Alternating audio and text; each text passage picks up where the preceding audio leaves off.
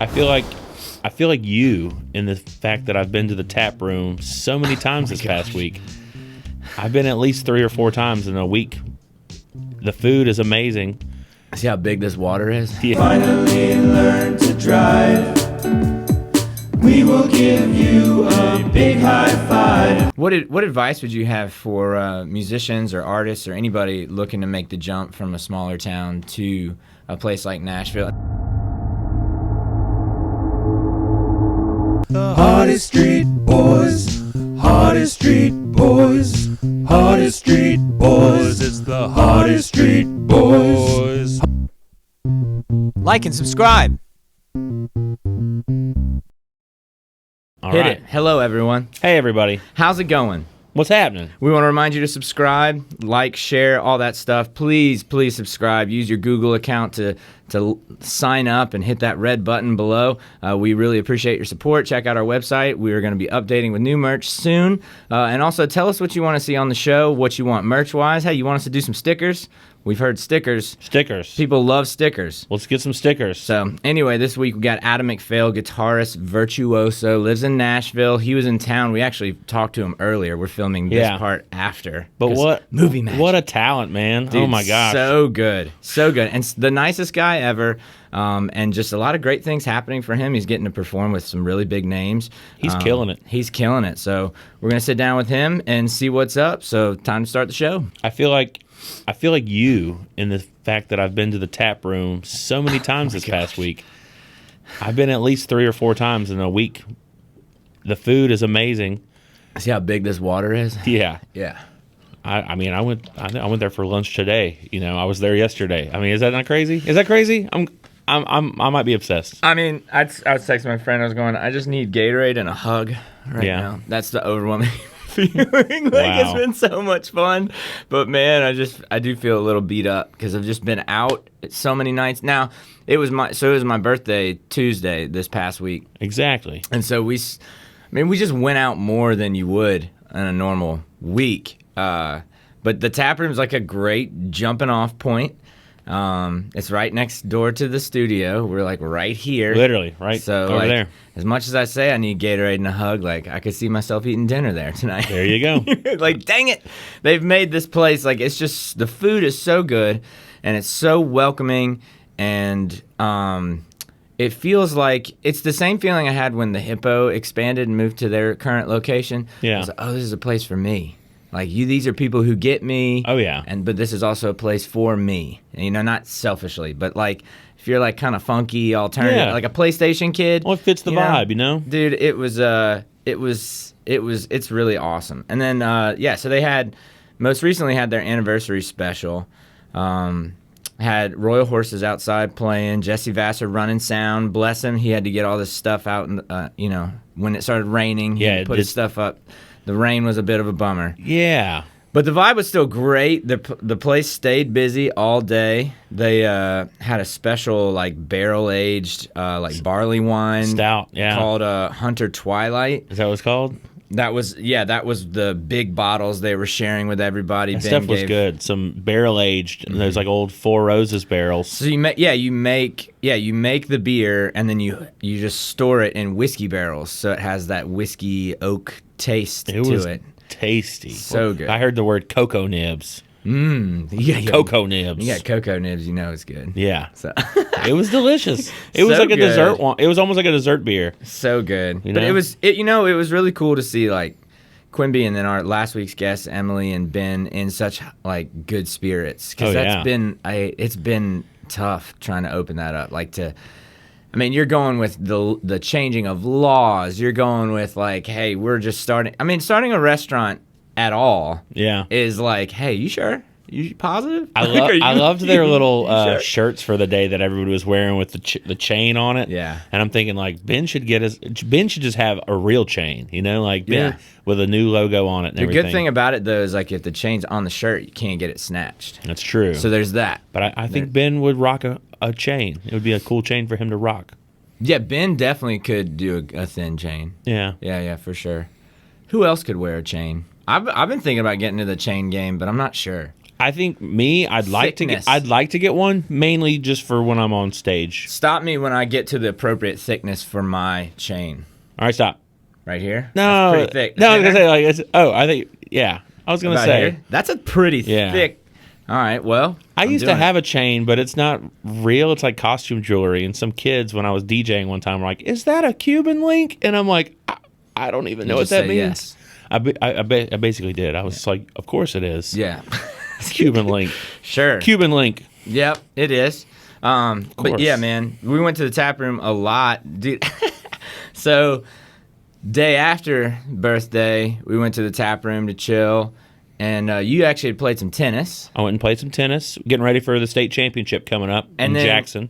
Yeah, and then we ended up going to Shenanigans. If you haven't been to Shenanigans in a long time, I tell you, weeknights are great because you had the place to yourself pretty much. Weeknights are fun. And we went and did karaoke. Well, you did karaoke. I never even got up there. I was going to do karaoke. I like to sing. You crushed it, and I was like, I'm not going up after that. And then you ended up you sang like 4 or 5 songs. I feel like sometimes I try a little too much at karaoke. I try stuff that I'm like, oh, this will be weird.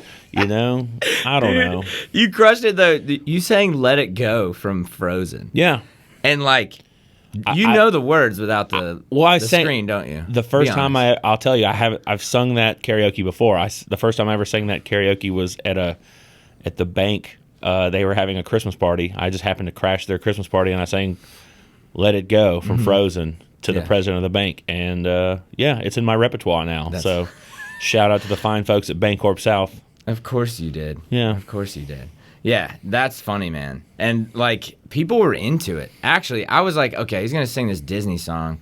I wonder how this is going to go over. And, it had the most audience participation of anything anyone sang. Oh, yeah. So it was up there. That's great for a cheeky night out, too. I like to sing, man. I like, I don't know. It's all you had to twist my arm to go a little bit. Shenanigans, or the kids call it Nans now. I don't even know. No, they don't. Yeah. I don't know. Gins. Yeah, Nans. Gins. Let's go to Gins. We're going to Shenanigans. Yeah, again. Yeah, it was fun, but I got to say, man, this coming week, lots of salads and water and in bed by 9. But so much fun, so much going on. And coming up, I know, so we got summer tunes coming up. There's with the semester wrapping up at the university and then, school letting out, this time of year, I mean, there is stuff going on, but it does kind of feel like you have to work a little bit harder to find things going on because a lot of people do leave town. We know, I believe they're having some Camp Create classes and stuff here at the Art Center. Festival South will be upon us in no time. Mm-hmm. Festival South for the folks who like to do that kind of stuff, as well as on the horizon, Laughs for Life. Laughs for Life is a big deal. And keep your eyes peeled. I know, tickets already sold out, but if you didn't get tickets, you can, they have that block party or whatever. There's still a lot going on in downtown that day. It'll be fun. It'll be super fun. Yeah, we might be involved. Oh, of course. Actually, we are involved. We're going to be there. DJ, Massive DJ, J Massive J DJ is going to be DJing as Massive J. Yes. For the pre-show party. And there might be some other cool things in the works. Who knows? We can talk about that later. But just keep your ears open and your eyes peeled. Be ready. Do people close their ears though? I don't know. How do you do that? Close your ears. 3, 2, 1.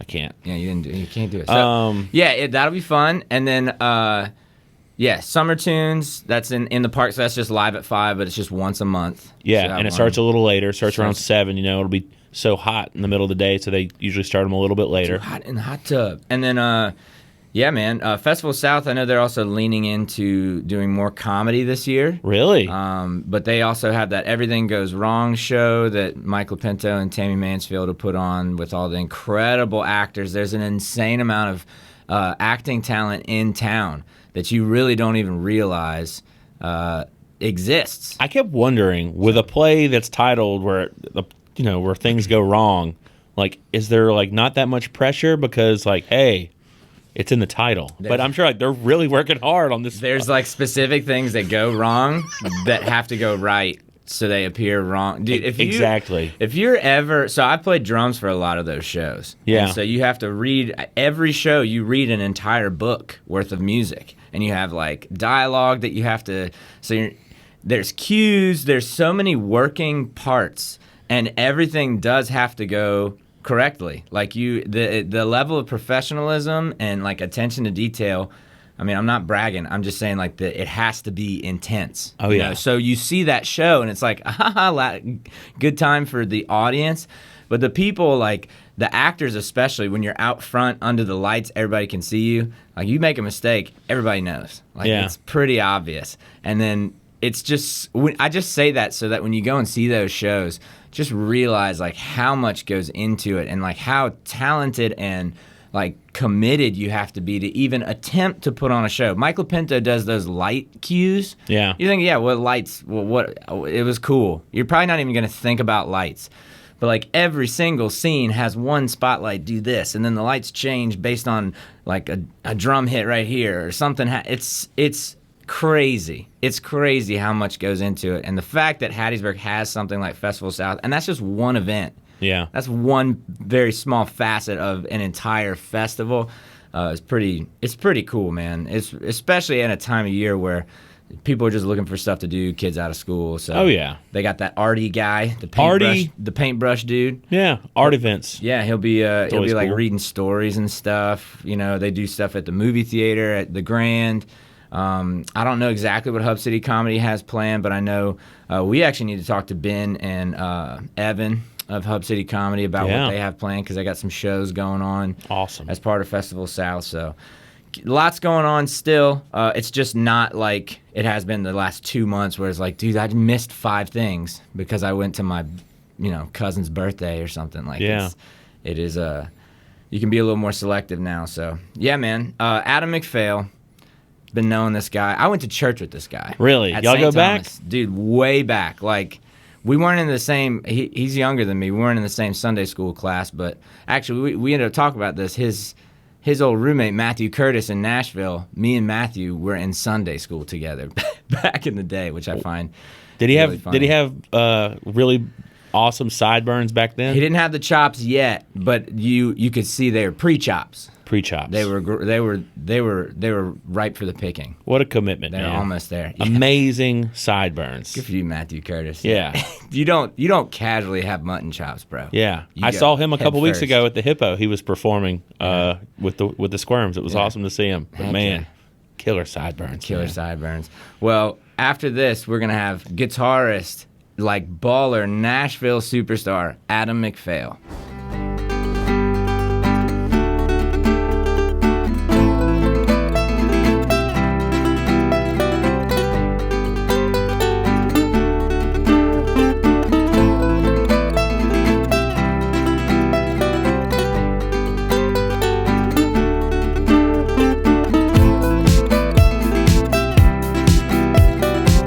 Hey.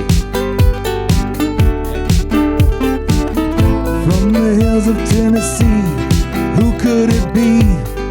Adam McPhail's on the show this week. From the university down to see the hardest street, B-O-Y-Z. What you gonna do when you're coming through?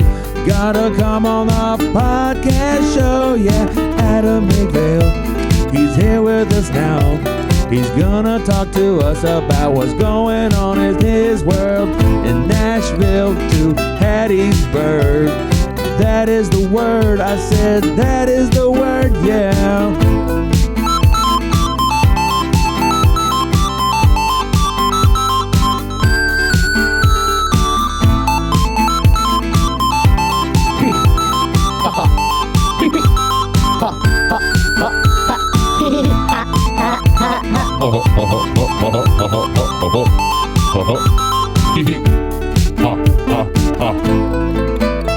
Yeah.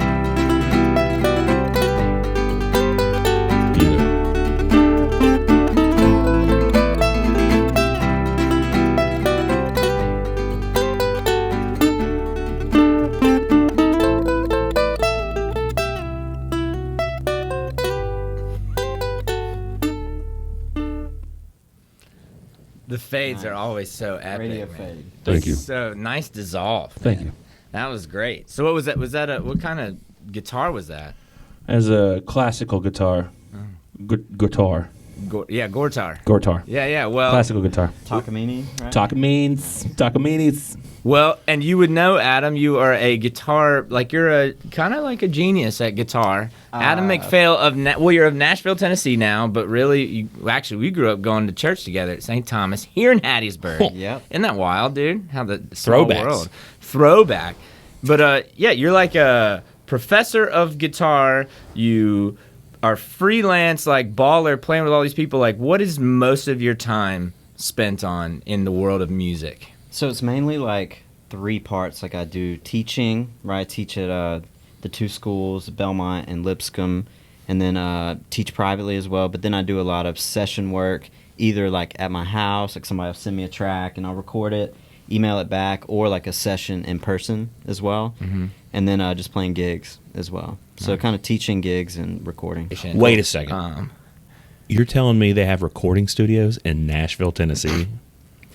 Yeah, maybe a few of them. Oh. So okay. All right. Well, I want to get to that because it's really interesting that somebody from Hattiesburg is. I don't know if people realize exactly what you do. They know you play guitar. They know you're good at it if they've seen you around here. But you're like really good at it. You've always been really good at it, Appreciate it. From a very young age.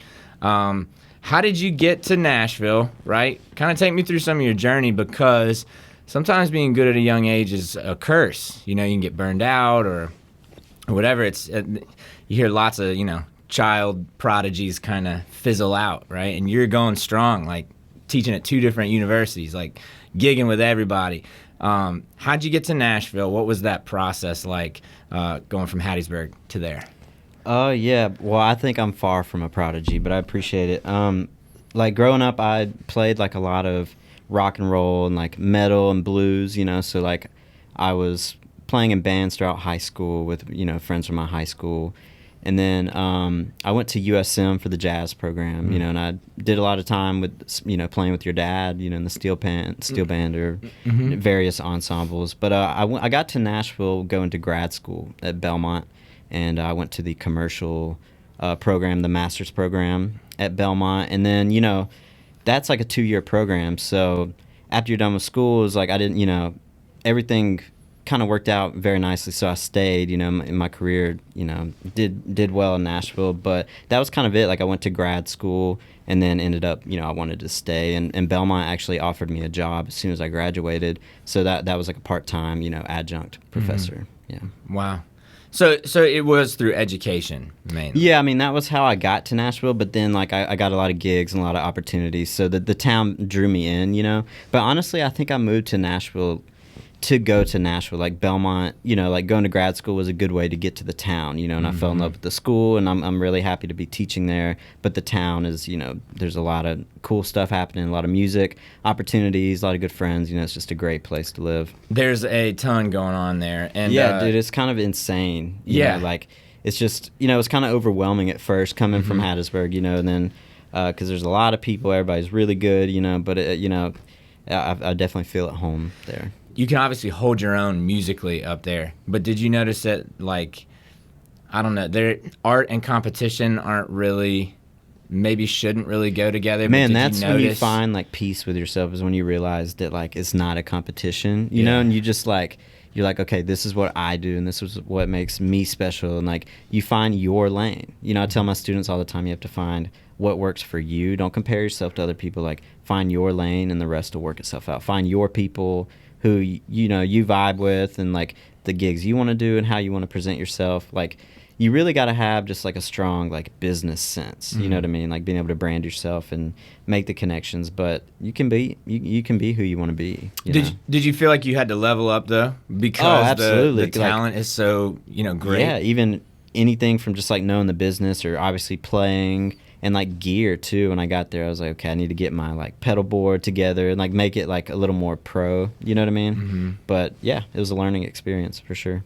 And what do you think is the biggest difference going up there I guess in the business of music and art, because it's very much Nashville's recording capital of the world, right? It's very much a business. Like, we have lots of musicians down here, but I don't know if we really, well, I know we don't get it to the same degree, but I don't feel like we really experience being a musician as like a legitimate business, like LLC, like taxes, like For all sure. the inner workings, right? Yeah, because I mean, like Hattiesburg, you learn a lot here. It's a great place. Like I love this town. It's my home.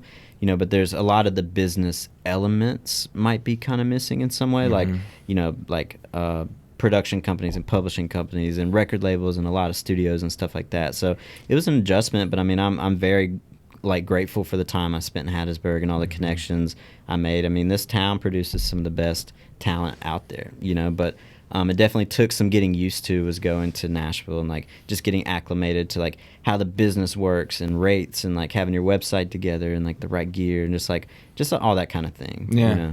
Now you say you do like session work. What's like the craziest artist you've gotten to work with where you were like, whoa, I mean, the session with Cory Wong was really cool. Because Cory's blowing up and he's a cool guy. That one was interesting because like I had to come from a church gig. It was my band Dynamo collaborating with Cody Fry and Cory Wong, and I had to come late, from a church gig, and I was one of the last ones getting there.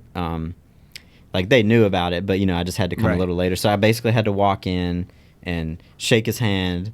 And then just start recording like 3-part guitar, just like immediately, no talking, just like boom, straight into the song, And it was intense, but it was a lot of fun, you know. But I've got to record with a lot of cool artists, man. It's been really cool. Like Shirley Caesar, who's like the queen of gospel music. She's like 82 or something when I played with her, and that was like the 50th anniversary like Dove Awards, and that was like an award show session kind of thing, But that was pretty awesome too.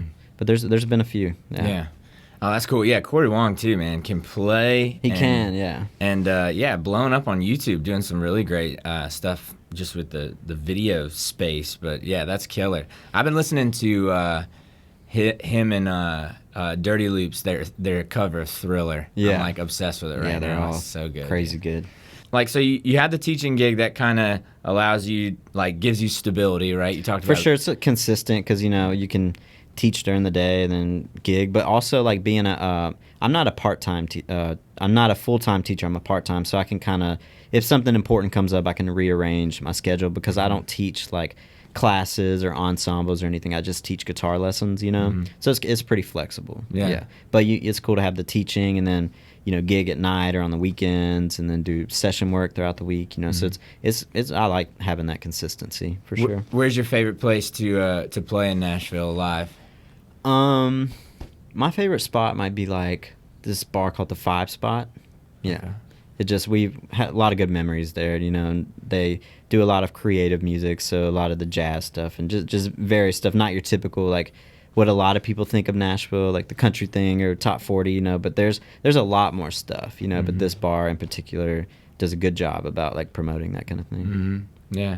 What advice would you have for musicians or artists or anybody looking to make the jump from a smaller town to a place like Nashville? It doesn't necessarily have to be there, but making the jump to a bigger market and really like stepping out there. Because I have tons of respect for you for it takes a certain amount of courage to just try that, what you're doing successfully right now. So what advice would you have for somebody? Well, I mean, I guess you never know like what you can achieve unless you try. You know what I mean? So just go for it, but also you have to like hold yourself accountable and like to a high standard, and like you got to have like people you look up to and seek advice and know that you like always are learning. Like as you get older, you're always constantly learning. So, but I guess you got to have like the first like the drive to do it, and then like a very strong business sense, because like you were talking about, it really is a business, so like there's just a lot of logistics that go in that, like playing when you get to like that level, like a lot of people are good players, but there's just the whole business side that you have to navigate, whether that's your like online presence or like rates for yourself playing gigs, like what kind of gigs you want to be playing. Is that like, because if you're going for an artist thing, that's not as like lucrative as like playing corporate gigs or stuff like that. So it's just, you got to know, like you got to explore, but like hold yourself to strong value, but at first you really gotta just kind of put yourself out there and meet a lot of people, like create friendships. Like friendships are going to take you farther than anything, you know what I mean? Because a lot of people can play, but if you have strong friends that you're close with, and you're going to get a lot of, you know, connections through that and a lot of work as well. Yeah, if people trust you. Yeah, you're a good person, you're easy to hang out with, like they just want to call you, you know, like I have a lot of people that, you know, no matter what the session is or the gig is, they're going to call me first, you know, just because we're really good friends. And it's nice to have those people, like, in your corner. So my advice would be to, like, really make solid friendships. Obviously, be a good player, be dependable on time, all the give-in stuff, you know what I mean? But, like, be cool and be, you know, make good friends, and that's going to take you, like, really far. You know? Greg Bissonette did a clinic at Mississippi Music years ago, and he said, man, the reason he got or could keep the Ringo gig was because he was just, like, nice, and Ringo liked him. But I'm like, wait, what? Yeah. And then dude, that blew my mind, because you get so caught up in like music as a job, like how much are you getting paid? How much, you know, you can get cynical, and you don't take the time to say, like, hey, Adam, you sound really good, man. Like, you're doing really well. Like just something like as simple as that could change your life. Absolutely. And at first, like, you kind of have to, like, especially when you get to a new city, you got to just go out there and play. Like, you can't be worried about money at first, you know. But then after you've developed, you know, maybe artists on your resume or just kind of built a rapport for yourself, then you can be a little more selective about, you know, the financial side of things, you know. Because it'll come, but you have to work for a few years to, like, really make it happen, you know. Discipline-wise, what's the hardest thing? Like, because I do know musicians get caught, you know, you working at night, you working in bars, you get caught up in the nightlife sometimes. Like, but for you, what's the hardest thing to be disciplined about in your line of work? For me, honestly, lately it's been, like, learning to, like, take a break. And, like, because I will work myself to death, man. Like it throughout the semester, like, I'm teaching, like, almost 40 guitar lessons a week. And then, like, playing gigs, like, on the weekends, maybe Tuesday night, every Saturday, you know, various gigs throughout the week, and then recording throughout the week, like, taking tracks. Like, I just got to learn to take a break sometimes, you know, but I'm blessed to have all the work, you know, but that's been the thing I've had to work on, for sure. Yeah. Prioritizing rest is okay. Yeah, it is, you know, like, you got to take that time to separate, you know, so you don't get burnout, you know. Yeah, I used to prioritize rest when all I was doing was resting. You know what I mean? I prioritize rest. Yeah, you got to factor much. some work in there. Well, that's one of those things too. Like, it's when you find something like playing guitar and being able to gig and teach, like something that you don't mind putting in the hours. You know, that's dude, people search their whole lives and don't find something like that. Yeah, I'm fortunate that I did find that at such a young age, because, like, when 13 hit, that's when I became really serious. Like, I got the guitar earlier that year, but then I really practiced. You know, Kerry Hudson taught me, and then I got to play with B.B. King later that year. Wow. You know, so I'd been playing for maybe like 8 months or so, and he did that blues competition workshop thing at in Itabena, or at Mississippi Valley, and you know, that was kind of a turning moment, because B.B. King told me, he was like, man, you should play professionally. Like, you should do this. Pursue your talents, you know, kind of gave me his blessing. And then from that point forward, like, me and my family knew that it, like, wasn't just a phase anymore, and really took it seriously. And my dad was always good about, like, promoting me as a kid. Like, you know, he would bring me to the bar and I'd hop on stage and play, or just kind of, like, giving me a lot of opportunities. He was constantly going out to shows, one, because he enjoyed it, and two, because he wanted to, like, promote me in a way and be like, hey, you should hear my son play. Can he come on stage? So that's how I kind of got known around here as a younger kid, you know what I mean? But then you got to take that same hustle and apply it to your later life. And, like, because, like, in Nashville, like, there's so many people. If you don't try hard and do it, like, somebody else is waiting in line to do it. So you got to deliver on every gig and, like, really push yourself to be, like, the best you can be. You know what I mean? Oh, no, your dad. You don't have to be, like, sorry to cut you off. You don't have to be, like, the best player. Right. Like, you need to be good, but, like, you need to be the best version of yourself. You know what I mean? And that's how you really achieve, like, success. Well, it's just a commitment to excellence. And I love that your dad, you know, he's proud of you, man. He lobbies for you. Like, that's... Yeah, I know. Still, like, everybody tells me he's, you know... Like, yeah. I saw him. I forget where I saw him. I forget. I was like, man, hey, Adam's killing it. He's like, yeah, right? Like, he's just... he's just... I it's cool admire having that. A fan in my corner like that. He's been And to really have great. a parent, from a young age who is also committed to your excellence. So you talk about having to do that as an adult yourself. Yeah. But then you have somebody in your corner from a young age, like that's awesome. I was the same way. Like Yeah. I feel so fortunate. Like we'll always be grateful for that. Absolutely. And my dad, unlike yours, didn't play, but he was always like, you need to be. It was great the way he would. It's almost like he was teaching me because he's like, you need to be versatile. He's like telling me you need to learn how to play country, you need to learn how to play jazz and blues and rock, and always like making sure that I was like trying to learn different stuff, instead of just being, or instead of like him and my sister at one point when I was like early on, like I quit practicing, and one time they like called me out and they're like, you're like not progressing like you were, you're not as good as you used to be, and that like put a fire back under me and made me start practicing again, so he taught me to work hard, like gave me the tools I needed, but never like spoiled me, like with gear and stuff. Bought me a few guitars, but really taught me to work for myself, and was able to, make the gear that you have work. But no, okay, real quick though, BB King told you when you're 8 months into your playing career that you need to be a professional. I don't know this story. This is news to me. So it was like a workshop. It was like kind of an audition. Like there were a bunch of younger guys, like I was the youngest. It was like 13 to like 18-ish, and you like auditioned.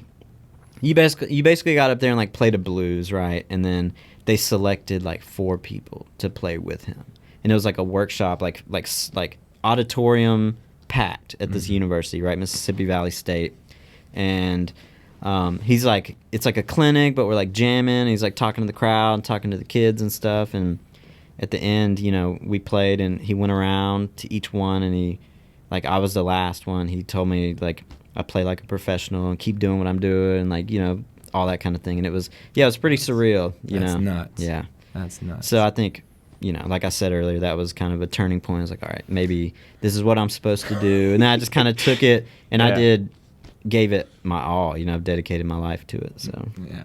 You are a professional musician, and you have, I believe, some, like, sponsorships, endorsements. Do you have some stuff that you work with, some partners? Can you talk on that a little bit?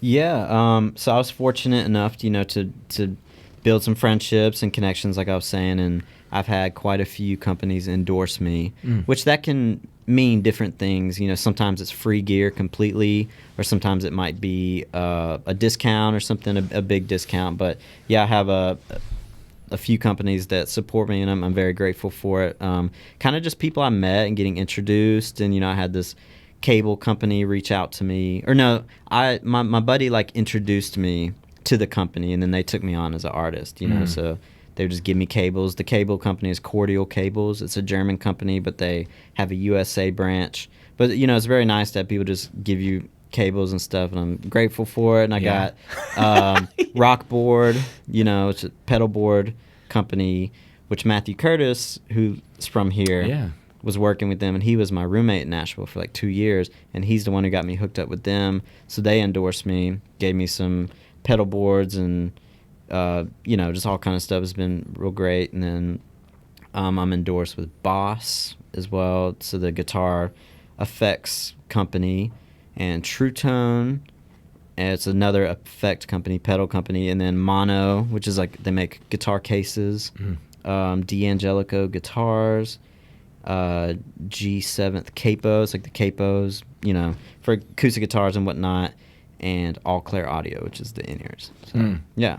So I just kind of met people, and they, I guess, as you get some, big artists under your resume and stuff you play for, then generally companies want to work with you because it's like a mutual, partnership. It's good for you because you get better discounts on gear and stuff, and then it's advertising for them. Right. So. Right. Dude, that's killer, man. Yeah, it's awesome, man. You're making some moves. Well, can you use you ever use capo as like a chip clip if you run out of chip clips? Like it seems like a very versatile thing.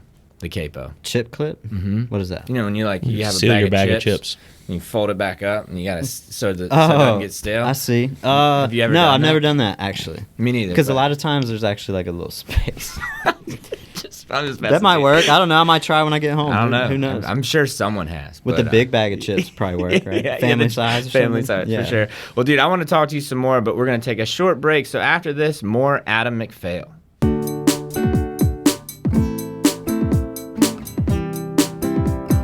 Hey, you know I really love this place, but some around here makes me red in the face. It happens whenever I get into my car. You probably know you don't have to go far. I'm not claiming to be a thinker, but is it that hard to use your blinker? Look, I know it's hard to discern, but right here, there's no left turn. Finally learn to drive.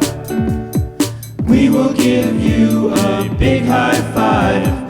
You know me, you know the name. In my ride, there ain't no shame to my game. If I'm on the road, it makes me insane when you're driving slow in the left lane. Finally learn to drive. We will give you a big high five when you finally learn to drive. As a city. Drive. We will give you a big high five when Trying you to turn left on the finally highway learn to 920. drive. You're better than that. We will give you Get a it big together. high five. Learn to drive. But yeah, so we were talking about this. I will never forget. We played a gig at Shuckers, which is out by Lake Serene Grocery out west. And I remember you sat in. I think you had to be maybe like 15 or 16, something like that. You were still in high school because I was early 20s. Maybe like freshman or 8th grade ish. Yeah, you were still pretty young because I'm what I think I'm what 5 years older or so than you. So anyway, yeah, long time ago. But I remember you sat in, and then you like sat in another song, and then sat in another song, and then you just kind of ended up playing the whole show. Yeah. With that group. You remember that? That was wild. I vaguely remember it. Like, that was a long time ago, but I remember Wayne let me sit in. Wayne So Dawson, what was the yeah. name of y'all's band? I was subbing actually for the great Joel Ingram. Yeah. What was the name of that band? Oh Wasn't it my like- gosh. Is that the Southbound thing, or is that a different? Yes, Southbound Crescent. Yeah. That's what it was. So they played, and that was another example of my dad probably arranging the thing, and then got Wayne to let me sit in. But yeah, Wayne's an awesome guy, great guitar player, and he let me sit in when I was a kid, and he never asked for his guitar back, I guess. He just kind of let me play. I kept I think I kept trying to give it back to him, and he just was like, "No, you play." He was like, "You go." But that was fun because I hadn't, I guess, gigged a whole lot in my life at that point. You know, so like it was really, really fun. Did you get paid for that gig? Did you get paid? Nah, I think I'm still waiting on the check, actually. Yeah. I'll hit him up after the show. Yeah. Well, dude, it's just stuff like that though. Like, I don't know, formative years, where you're playing on a truck trailer. Yeah, like 2 trailers or something. Yeah, it was great. But so what's your favorite thing about like what you're doing right now? What's your favorite thing about being in Nashville? Where you're at? You're 29. You got your whole life ahead of you. You're crushing it in like pretty much every way. I mean, what's your favorite thing? I think ultimately it's like my friends are all like I have a big group of friends like my age or a little older, but it's just like really great group of people, very talented. It's just awesome. We all get to play gigs together a lot, and I think that's probably my favorite part, just like the community, But also like musically, like just the diversity that I get to do is like a gig. Like I never know like what I'm gonna be doing. It could be like a gospel, service or something, a church service, and then it could be like a straight up like LA pop session I'm doing, like the style of music, or it could be teaching lessons or like doing a funk gig or occasional country gig or something, So just the diversity of what I get to do is pretty awesome. It keeps it interesting, you know what I mean? Right. Well, it just sounds exciting. Yeah, it is. No, it's just a lot of opportunities. So it's just you just get to meet. I think getting to know somebody new is one of my favorite things too. Because you never know what kind of relationship is going to flourish from that. Everybody we've had on the show, every single person, we talk about like what they do, what their job is, passion, blah blah blah. The underlying theme is always the people that you meet as a result of those things. Absolutely. Like that, I feel that way about soccer, about music, about fitness, all that stuff. It's the people that you end up running into. Yeah, it makes it fun, like Because there's, you have gigs where, like, you have to make a certain amount of money or this and that. But, like, people who are, like, in my friend group, like, it's kind of just whatever, just kind of rolling with whatever they need, because it's just fun. Get to go hang out, play music, have some food, some drinks, whatever, it's a good time. Well, speaking of a good time, you came back and played over, I think this was closer to New Year's or Christmas. You're back in the Hippo with Josh Reynolds, Ray Bradford, Ben Langston, Jeff Reynolds. Yeah, and that's, first of all, that's like an insanely talented group, and it's cool to see.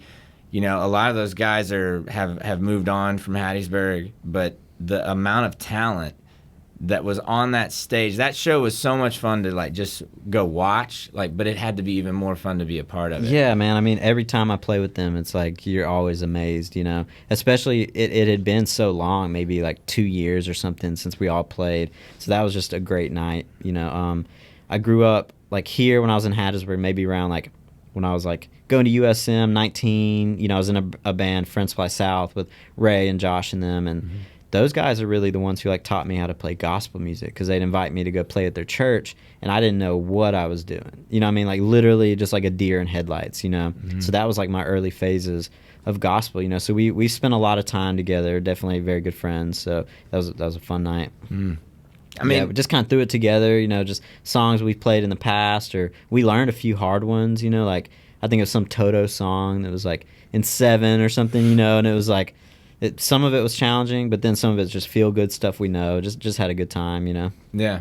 No, that was awesome. And you could tell too that y'all got along with each other. Yeah, and there was an energy, like I don't know, it just felt good. Like the drum solo Josh took that night, like I've been seeing him play for years, but that was just like next level, so I could tell he was real comfortable in his element, It's exciting to see that, he's touring around the world, like doing the thing, but seeing somebody who continues to push themselves, you're a product of your environment, so it's just cool that's, all these people came from Hattiesburg, and it's definitely cool, like, me and him live in the same town now, so we have all those memories from the past, so it was cool when he moved there just to have, like, an old familiar face, like, in your, like, immediate circle, So, really good friends and a lot of great memories, musical memories together, for sure. Yeah, well, that's the past. What's the future for Adam McPhail?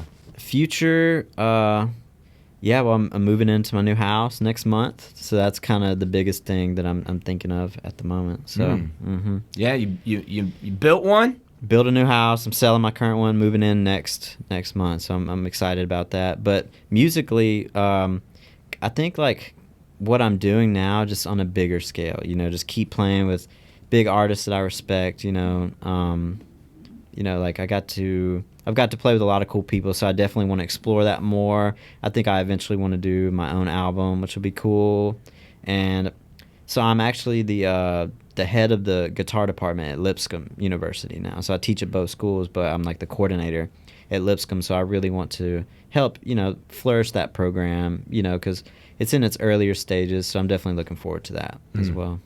Man, making moves, dude. Trying, man. It's been good, I really like the city a lot. Yeah, that's awesome. Well, I think it's cool. It's inspiring to see somebody from, our humble town, like, really going out and doing things, and I hope if people see this, I hope they realize that could be them too if they just work at it, right? Like, it's not like a magical, there's no pixie dust to sprinkle on it won't be given somebody. to you at all, just gotta and like go for it. Like for me, it was moving towns and getting in a place where it was like had a lot of competition, because that really drives you harder to, pushes you harder, and it keeps the standard really high. But not that the standard here isn't high, it's just more people, just more volume, you know what I mean? Yeah. Like, but all the people that I know in this town are extremely talented musicians, so I really enjoyed both cities, so it's nice to come home and visit, Yeah, well, we're happy to have you, man. Yeah, thank you, man. This was really awesome. Thanks for taking the time to sit down with us. And if people want to check you out, they can follow all your social media channels and profiles. The links are all in the description below. And, yeah, man, this was great. Thank you. Absolutely. Thank you, man. Jamie, can you play us out? Yeah.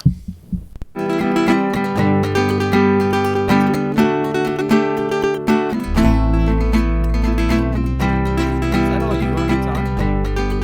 Sorry, guitar? Guitar.